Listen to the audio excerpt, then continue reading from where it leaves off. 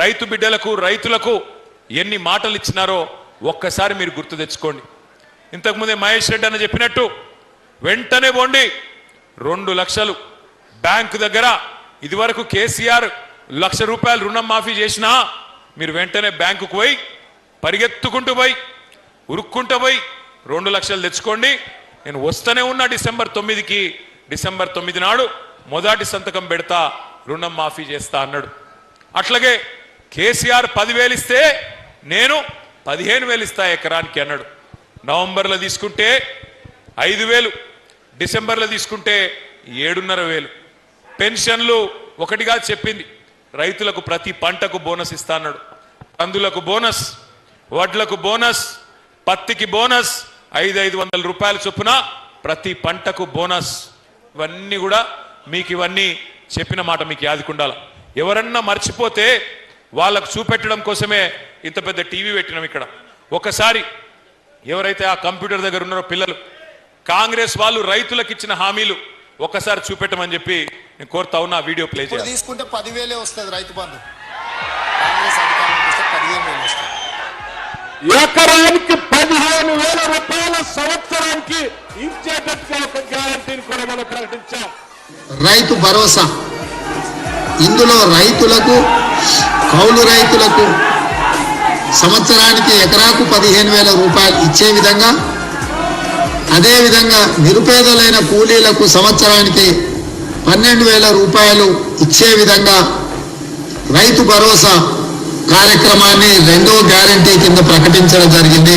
So యజమానికి రావాల్సింది యజమానికి ఆయన ఖాతాలో పడుతుంది, కౌలు రైతుకు రావాల్సింది కౌలు రైతుకు వస్తుంది. భూమి లేని వాళ్ళు ఉపాధి హామీ కూలికి పోయేటోళ్ళకు కూడా ఇందులో మేము మద్దతు పెట్టినాము అని ఇప్పుడు అందరికి ఇస్తాను. అంటే ఆల్మోస్ట్ అందుకే అదే డబుల్ అవుతుంది. ఓవర్లాప్ కాదు, ఇందులో వస్తే ఇందులో రాదు, ఇందులో వస్తే ఇందులో రాదు. కేసీఆర్ అంటున్నాడు కాంగ్రెస్ వస్తే రైతు బంధు బంద్ అవుతుందని. ఎందుకు బంద్ అవుతుందే? మేమేమన్నా దివానగలమా? మాకేమన్నా దమాక్ లేదా? ఇప్పుడు తీసుకుంటే 10,000 వస్తుంది రైతు బంధు.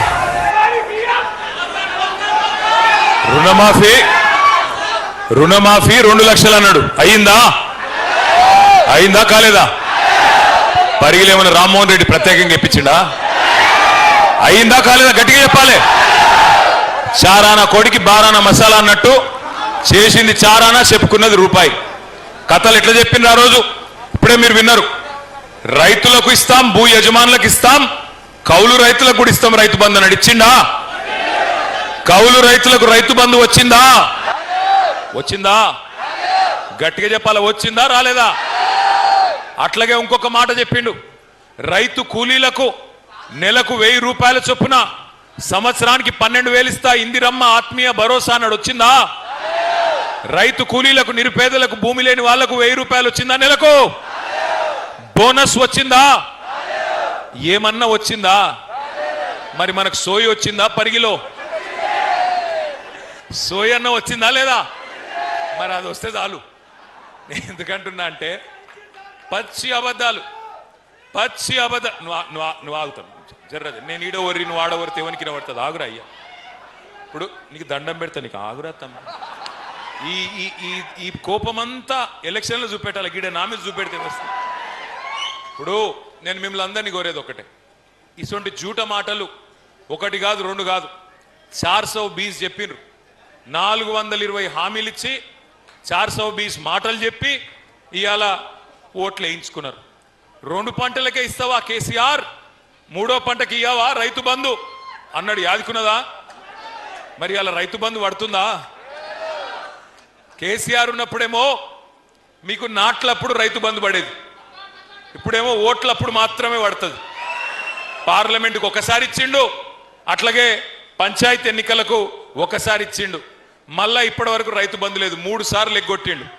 మరి ఇప్పుడు రేవంత్ రెడ్డి గారు ముఖ్యమంత్రి, ఆయనతో నాకేం వ్యక్తిగతంగా పంచాయతీ లేదు. ఆయననే అన్నాడు కదా, కేసీఆర్ అంటున్నాడు మేము కాంగ్రెస్ వస్తే రైతు బంధు బంద్ అవుతుంది అంటున్నాడు. మాకేమన్నా దిమాకు లేదా? మేమేమన్నా దివానాగాళ్ళమా అన్నాడా లేదా?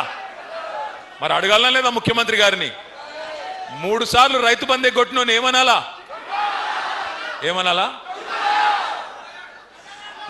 నేనేమంటలేనా? నేనైతే ఏమంటలేను.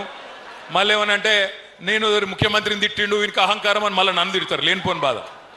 ఆయన చెప్పిందే చెప్తున్నా, నేను కొత్తగా ఏం చెప్తలేను. ఇంకా చాలా చెప్పిండు, చాలా ఉన్నాయి. నేను మిమ్మల్ని అందరినీ ప్రార్థించేది ఒకటే, పరిగిలో ఇక్కడ గిరిజన బిడ్డలు 30-35 వేల మంది, వాళ్ళ కుటుంబాలతో కలుపుకుంటే దగ్గర 50 వేల మంది ఉంటారు. ఎస్సీ ఎస్టీలకు ఏం చెప్పిండు రేవంత్ రెడ్డి గారు? కేసీఆర్ దళిత బంధు ఇస్తున్నాడు, 10 లక్షలు ఇస్తున్నాడు. నేను రాగానే ఎంత ఇస్తా అన్నాడు? 12 లక్షల రూపాయలు ఇస్తా. దళిత బంధు వేస్ట్, అంబేద్కర్ అభయహస్తం ఇస్తా అన్నాడు. పరిగిల ఒక్కల కన్నా 12 పైసలు వచ్చినాయి. ఎవరికన్నా 12 పైసలు. ఇంకొక మాట చెప్పిండు ఎస్సీ ఎస్టీలకు, మీ అసైన్డ్ భూములు అన్ని ఉన్నాయి కదా, వాటికి పట్టాలు ఇస్తా, అమ్ముకోన్రి, మంచిగా పిల్లలకి ఇచ్చుకోన్రి అని చెప్పిండు. ఇచ్చిండా ఒక్కలకన్నా?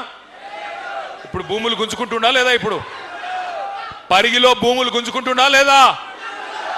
పారిశ్రామిక పార్కు పేరు మీద, రోడ్ల పేరు మీద ఇలా అసైన్డ్ భూములు గుంజుకుంటూ ఇచ్చిన మాటను తుంగలో దొక్కి పక్కనే చేవెళ్లలో ఎస్సీ ఎస్టీ డిక్లరేషన్ అని పెట్టిండ్రు.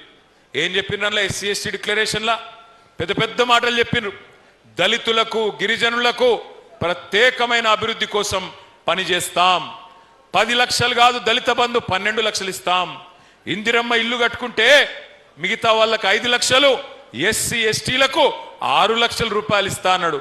ఒక్క దళితుడికైనా ఒక్క గిరిజనుడికైనా 6 లక్షల రూపాయలు ఇచ్చిండ్రా ఇయ్యాల ఇందిరమ్మ ఇంటి కోసం? 6 లక్షలు ఇస్తున్నారా? ఎస్సీ ఎస్టీలకు ఇచ్చిన హామీని అట్లా తుంగలో దొక్కినారు. అట్లాగే అసైన్డ్ భూములకు పట్టా ఇస్తాం, 100 రోజుల్లోనే ఇస్తామని చెప్పి మాట ఇచ్చినారు. ఇవన్నీ మాత్రమే కాదు, ఇంకొక ముఖ్యమైన మాట చెప్పిన, ఎస్సీలకు 18%, ఎస్టీలకు 12%, 30% ప్రభుత్వ కాంట్రాక్టులలో, మీకు ప్రభుత్వ కాంట్రాక్టులలో కూడా 30% ఎస్సీ ఎస్టీలకు, బీసీలకు 42% ప్రభుత్వ కాంట్రాక్టులలో మీకే వర్కులు ఇస్తా, మీకే కాంట్రాక్టులు ఇస్తా అన్నాడు. 72% ఇస్తా అన్నాడు.